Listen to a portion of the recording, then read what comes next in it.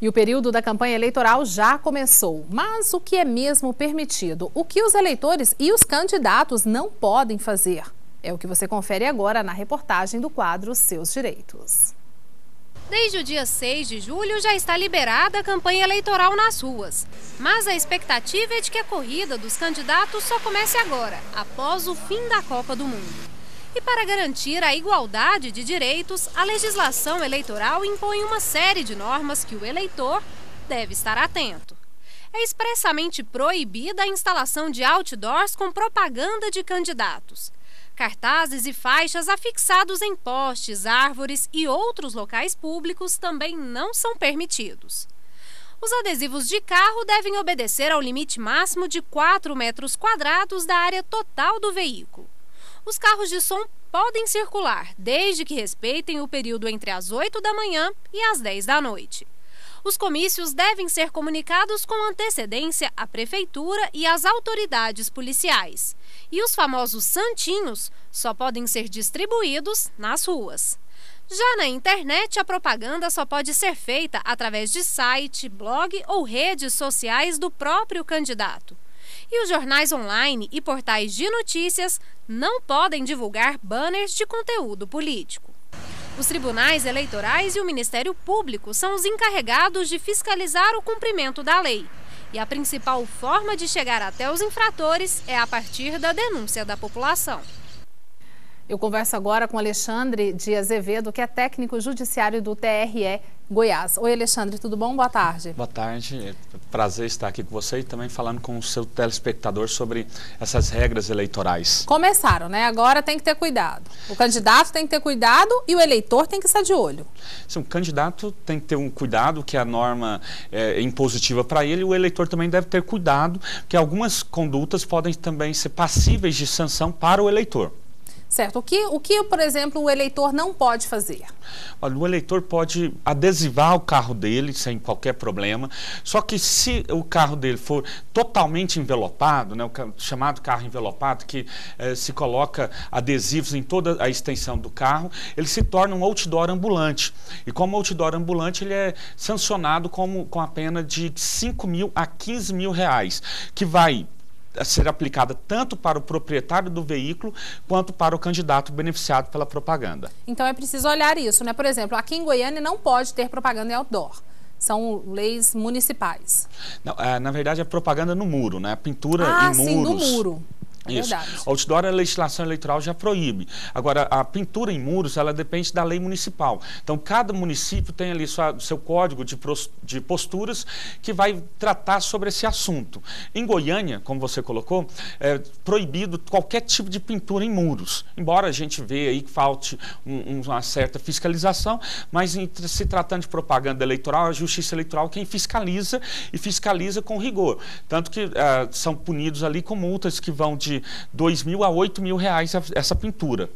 Em relação à internet, que a gente tem aí que as redes sociais estão a todo momento já enviando mensagens, né? Como é que vai ficar essa questão, Alexandre? Então, ali na internet, a propaganda também é livre para o candidato, né? O eleitor também pode manifestar o seu apoio a um candidato de sua preferência, pedindo votos para determinado candidato, e até mesmo dizendo por que não votar em algum candidato. Estabelecendo ali entre os seus seguidores no Twitter, no caso, entre os seus amigos no Facebook, dizendo por que votar em alguém ou por que deixar de votar em alguém. No caso, pode ser bem explícito. Eu posso pedir, um candidato pode pedir o voto aí pela rede social. Pode pedir o voto explicitamente, falar, olha, vote em mim, não vote no fulano, eu tenho melhor proposta, eu vou fazer isso, eu vou fazer aquilo, eu já fiz isso, fulano, né, é ficha suja, por exemplo, tem um passado que não tão recomendável assim, é totalmente livre para fazer isso. Evidente que aquelas críticas, elas devem ser de cunho administrativo, né, e não jamais de cunho pessoal. Então, ofensas à honra, à dignidade da pessoa podem ser sancionadas. E denúncias, Alexandre? De que forma que a população, que os eleitores podem denunciar irregularidades? O eleitor pode fazer as suas denúncias pelo telefone 148, que é o teleeleitoral. Também pode procurar o cartório eleitoral do seu município, o Ministério Público Eleitoral ali do município, da comarca, a Polícia Civil e a Polícia Federal naquelas localidades onde houver. Em relação à distribuição de santinhos, a gente viu que é permitido tudo, mas Em prédio público, não.